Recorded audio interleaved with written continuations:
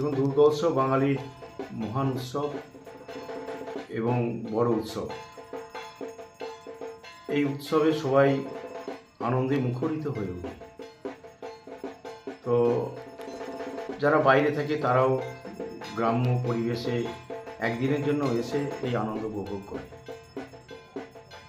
তো এই দুর্গা উৎসবে মানে যে শুভ শারদীয় উৎসব, এই উৎসবে আমি আমার তরফ থেকে প্রত্যেকে আন্তরিকভাবে শুভেচ্ছা, অভিনন্দন ও ভালোবাসা জানাই। তার সাথে সাথে লাগাতার বৃষ্টিতে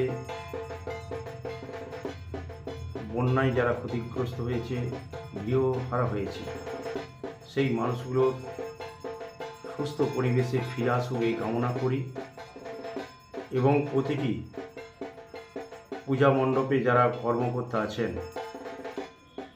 তাদের কাছে অনুরোধ রাখছি যে আপনাদের এলাকায় অতিবৃষ্টির ফলে যে আবর্জনা বা জল জমে আছে সেগুলো পরিষ্কার পরিচ্ছন্ন করুন, কারণ যে কোনো সময় ডেঙ্গুর প্রকোপ হতে পারে।